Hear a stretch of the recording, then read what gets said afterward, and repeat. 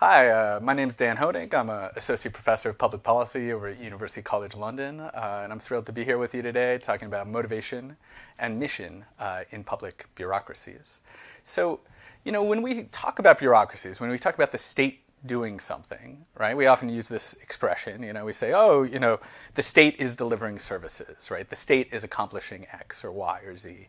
And the first thing I want to point out is that we all, including myself, use the state this way, and it is useful to be able to make reference to the state this way, but it's also inaccurate. That is to say, states, in fact, don't deliver anything, or at least states don't deliver anything without human beings who are acting in the name of the state actually doing the work, right? So when we say a state's delivering, what we mean is that some human being has done something in the name of the public sector, in the name of the government, in the name of their agency, et cetera, et cetera.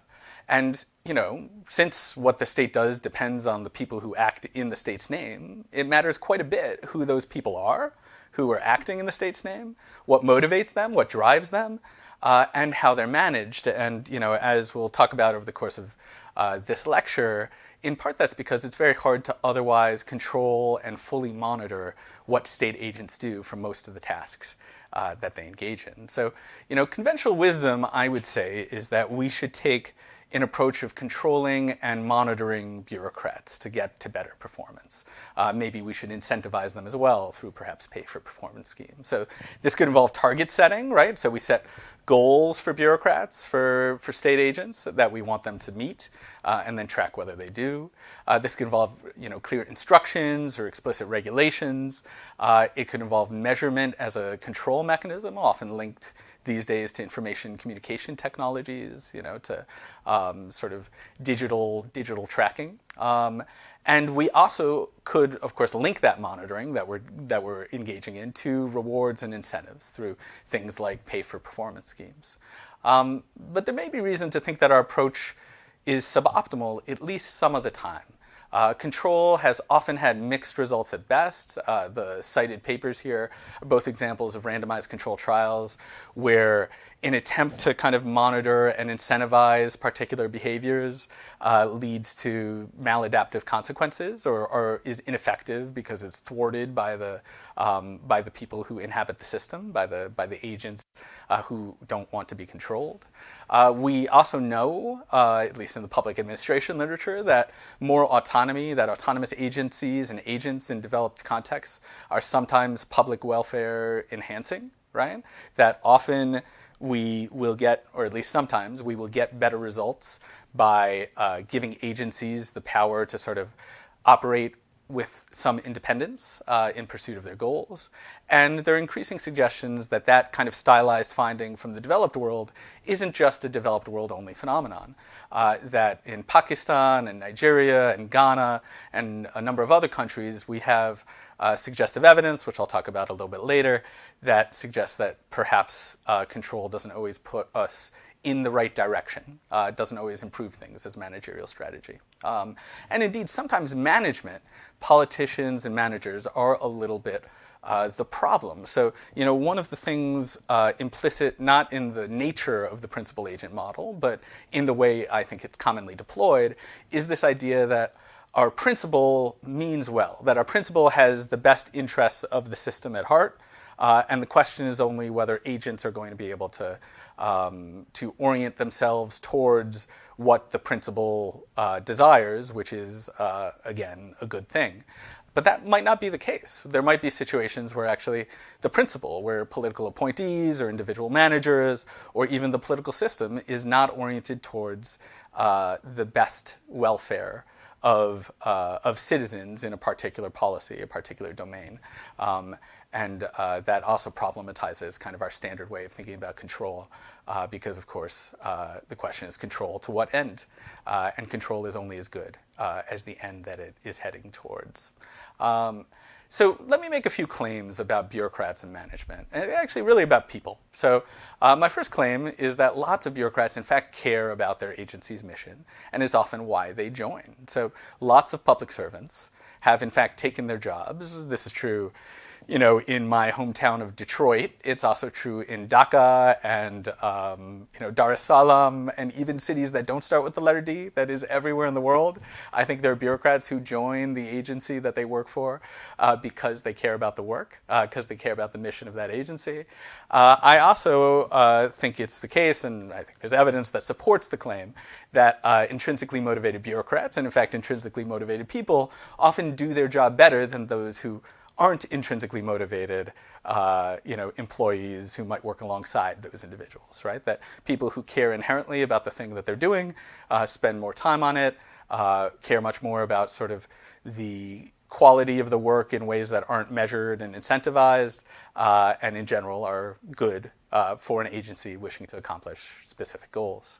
I also think management matters to motivation, that everyone, I think if you think about your own experiences as an employee, wherever you might have worked, in the public or private sector or third sector or wherever, the way you were managed affects your motivation to do the job. I think this is also true of public servants. And I think bureaucrats, and in fact, maybe all people, generally find tight oversight and lots of instruction irritating and often demotivating. It can evince a lack of trust from managers. If one is faced with an extreme number of rules, it can keep employees from feeling like they can engage in action that accomplishes the goal of the agency, that forwards the goal of the agency, and in that sense, it can keep individuals from seeing sort of their ability to make positive impact, to be efficacious in work that they care about. And in general, I think that rules that constrain the worst also constrain the best. That when we have a system that is designed only to kind of minimize waste, fraud, and abuse by the worst intended employee, those rules and processes also add transaction costs, add sort of difficulties and constraints to those who may be intrinsically motivated. And sometimes those constraints will be sufficient to prompt the exit of individuals from their agency, to prompt some of the differentially motivated to leave. I'm going to show you evidence on that in just a minute. So my way of talking about this is to depict this as two routes to performance improvement, route X and route Y. These names build on foundational work in organizational theory and management by Douglas McGregor, who thought about kind of theory X and theory Y. I'm in some sense converting those to sort of active approaches to improve performance or reform systems. So at the bottom of your screen, depicted in red, we have what I call route X. So route X, we have a manager here, depicted in the blue blouse, who wants to control an agent, who wants to orient an agent in the black suit towards the mission of the organization to forward the performance of the agency. And in route X world, in this red world depicted on the bottom of your screen, that's going to occur by orienting the agent in a way other than they would otherwise be oriented, right? So, agent would normally be pointed this way, but we want them pointed this way, so we're going to try to alter their trajectory. We're going to do that either through kind of controls and procedures and rules, or through rewards and penalties, right? Through pay for performance or sanctions from bad behavior for bad behavior. And those are going to get agents to do things they would not otherwise do that forward the mission of the organization and thus improve performance. In a kind of route Y world, depicted in green at the top of your screen, we have agents who either are or could be inherently oriented towards the mission of the organization, what I call mission motivated. And for those agents, well, we don't necessarily need all of that kind of intervention and control. What we need instead are management practices that support and educate the judgment of individuals, that help individuals think about the job they're doing and think about how to do it better. So this isn't sort of a lack of accountability, but it's an alternative system of accountability where we're focusing not so much on penalties and constraints, but instead on things like managerial feedback, on things like psychological safety, on giving agents sufficient autonomy that they can learn and grow in the role. And obviously, a lot depends on who those agents are or can be, which is something I'll come back to in just a little bit, in addition to what the nature of the task those agents are engaging in is, and how well we can monitor and incentivize it to kind of fulfill a root X logic, right? So root Y is likely to be a better choice, I argue, when there's more need for judgment, when there's need for soft information or tacit knowledge or meatus, if for those of you who've read James Scott, to do the job well, where doing the job requires judgments that can't just follow rules and procedures, and thus we need to think of alternative ways of delivering public good. The root Y is also more likely to be a better choice when there's more alignment with the mission in existing bureaucrats, right? So, of course, the more the people who work in the system are oriented towards the mission of the agency, the more it's the case that, we can probably use supportive management practices to get to sort of better results. And finally, root Y is more likely to work better when monitoring is harder. So to do root X well, as I was saying a moment ago, requires being able to sort of sufficiently observe the actions of agents, the actions of those we're trying to monitor, to orient them towards the right thing. If you're going to reward and penalize people, you need to be able to see the thing you're rewarding and penalizing, and it needs to not sort of distort the activity that you do so, which is something I'll come back to in a bit. So let me talk about some kind of implications of the model that I've set up here in a kind of non-formal way. So first, I think we should expect to see treatment effects. We should expect to see that management causes within-person changes in motivation and thus performance. So, when we look at someone and we observe them not doing their job with very much effort, we might normally describe that person as unmotivated.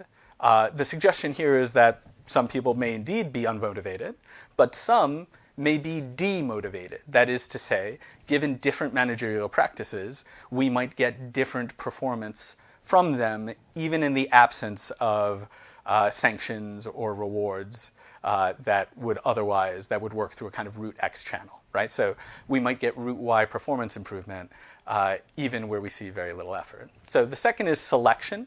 There should be selection effects here if this model is right. So management practice should affect who stays and leaves, and thus performance, by affecting over time the composition of the agency, with the idea being that the most mission-driven are going to exit if they can't do good, if they can't see the sort of product of their efforts. And third, we should see that at least some of the time, root Y is leading to better outcomes. On the margin, root Y reforms should outperform root X reforms, and increasingly so when the task is hard to monitor, or the agents are already mission motivated, or the task requires judgment as laid out in the previous slide. So, just to kind of get away from sort of theory and words, let me just focus on this person for a moment. So, in my work on mission-driven bureaucrats, I interview some mission-motivated bureaucrats, and this woman, her name is Labanya Margaret.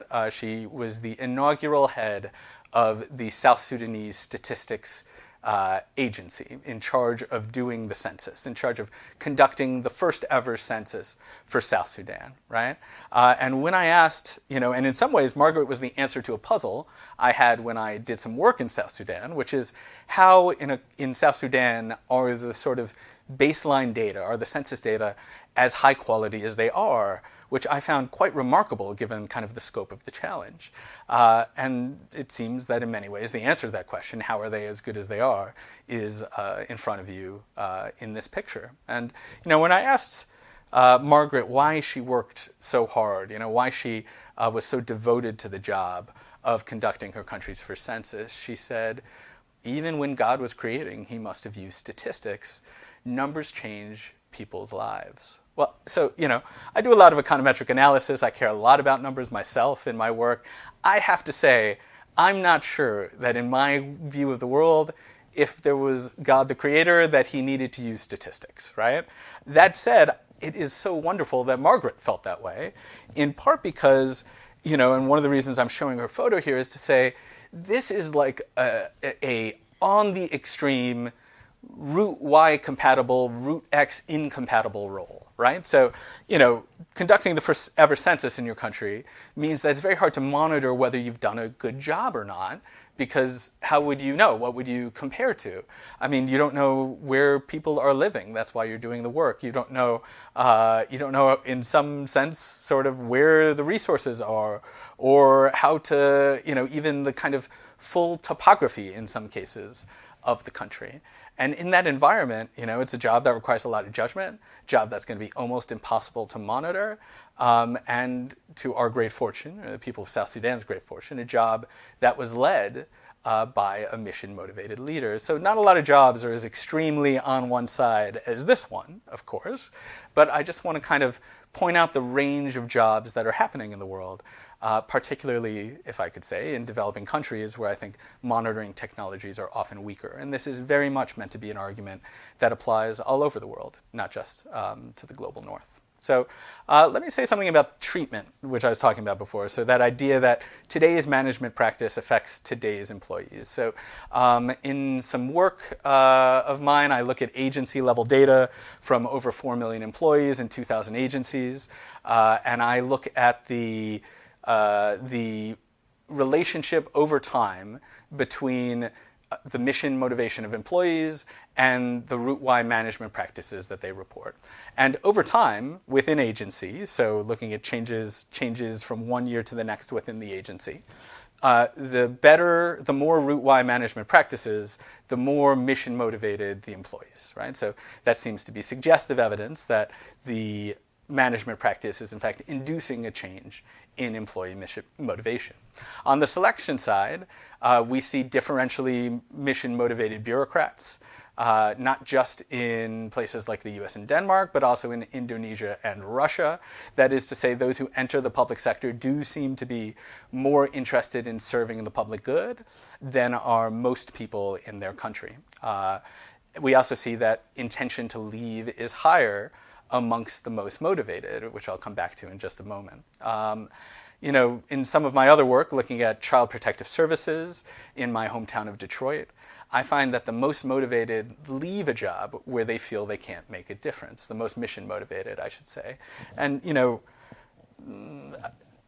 the job of being a child protective services officer is not an easy job. I'm not sure it's a job that I myself would be able to do, but I think most of us would agree that the job of helping out the most vulnerable children in our society, in our hometowns, wherever those hometowns are, it would be good if the people who held those jobs were the people who cared the absolute most about helping the children involved. But what we find in Detroit is that a system of sort of rules and procedures and paperwork makes people who care deeply about the job feel like who care deeply about the outcome, I should say, who care deeply about actually helping children, say to themselves, you know what, this isn't a job where I can have that impact, and so I'm going to go look somewhere else. And I think that is the real shame of management practice, which doesn't incorporate motivation. It leaves the public sector, but it also leaves all of us in all of our hometowns the worse off for it. So on that kind of systematic data I was referring to before on intent to leave, so what you're looking at now is interaction plots from the same data I was talking about before, the last graph I showed, and we see that the greater the degree of mission motivation an individual has, the more they respond to an increase in root Y management practices by decreasing their intent to leave, right? So I value root Y practices more if I am someone who is more mission motivated. I also value them in the absence more. That is to say, if my work becomes more root X, if my management becomes more root X inclined, I am more likely to say I am going to leave the agency the more mission motivated I was at the outset, which kind of suggests that this, looking at a very large database of civil servants, that this sort of effect we're seeing in Detroit that I was just talking about holds much more broadly.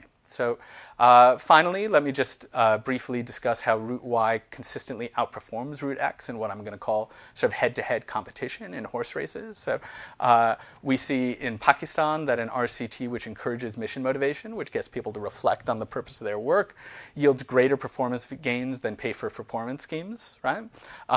In this particular study, what ends up happening is that the particular thing pay-for-performance is tied to, which is visits by community health workers. Well, if you pay for visits, you get more visits. But if you, rather than paying for visits, kind of holistically focus on inculcating a sense of mission, you get fewer visits, but you get better outcomes for the children being visited. The idea here being that it takes more than simply showing up to have an effect on the clients, on the citizens who public services are intended to serve. In Nigeria, we see observational data that suggests that there is better performance with more autonomy and fewer incentives and control. In infrastructure projects, we see similar results across the public sector in Ghana, and these authors say that more discretion and autonomy is associated with better performance, quote, especially for tasks that are ill-suited to predefined monitoring, consistent with the theory articulated above. Finally, in a randomized controlled trial which looks at procurement in Pakistan, procurement being a particularly tractable to monitoring profession, right? So, A4 paper, pens, are they of sufficient quality? What price did we pay for them, right? So, this is fairly tractable to monitoring for a public sector task. More autonomy, even there, seems to outperform pay for performance in a randomized controlled trial. And this is, frankly, a case where I am surprised by the results in that I would have expected that procurement is a domain which is particularly root X tractable. But even here, we see returns to giving agents more autonomy. We see greater returns than a kind of competing root X pay for performance, intervening on incentives sort of approach. So, here's my diagnosis in sum of kind of the systems problems we face. So I think there's evidence of root Y management influencing performance via motivation mission alignment and via the agency of mission-driven bureaucrats. There's evidence of both treatment effects within person, that motivation changes over time. There's also evidence of selection, that the mission-aligned differentially stay when they can do work they care about and differentially leave when they can't. Monitorability, measurability is a critical component of this story, both for mission on motivation and management on performance. And I think there's evidence that the conditions under which root Y may be superior pertain quite maybe surprisingly frequently. The suggestion here isn't that we should throw out root X. Right? There are plenty of contexts in which root X may lead to performance improvements.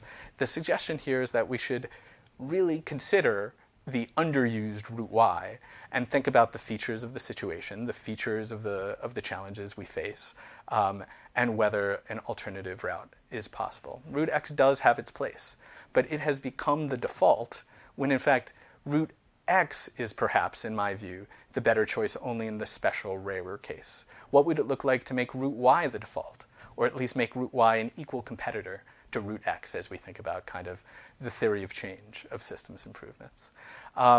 To say more root Y might work better, even were you to agree with the entirety of the diagnosis I've just put forward, doesn't mean it's easy to get there. And I just want to highlight that, and that I'm not entirely ignorant of that to the extent you're thinking precisely that as I've been talking.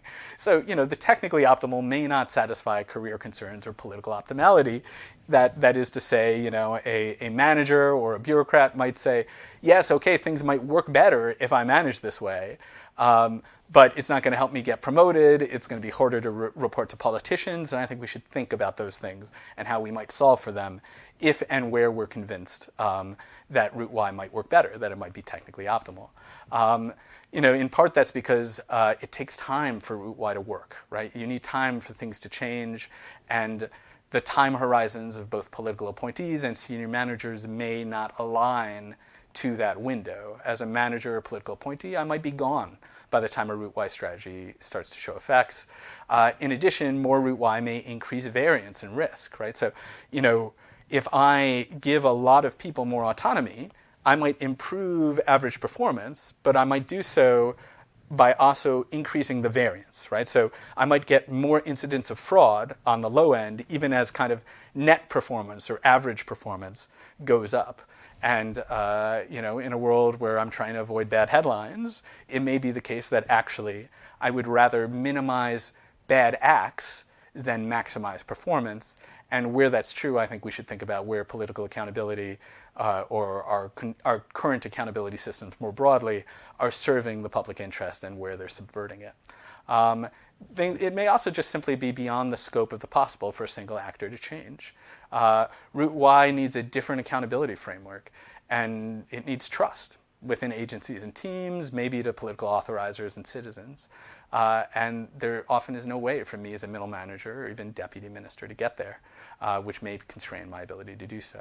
Again, where that's true, I think we should now think where we're convinced about how to work to change those things. So in sum, I think we often mistake demotivated for unmotivated.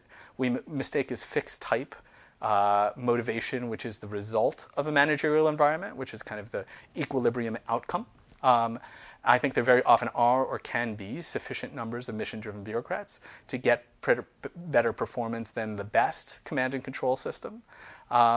And getting there requires management practice that attracts and retains the mission-driven, working on the selection margin, and that supports bureaucrats in the exercise of their judgment and autonomy, that cultivates and fosters a sense of mission motivation and a sense of efficacy, a sense of making a difference to ends that are in the agency's interests and that the individuals themselves care about. Thank you for your time, and I look forward to seeing you in another lecture sometime soon.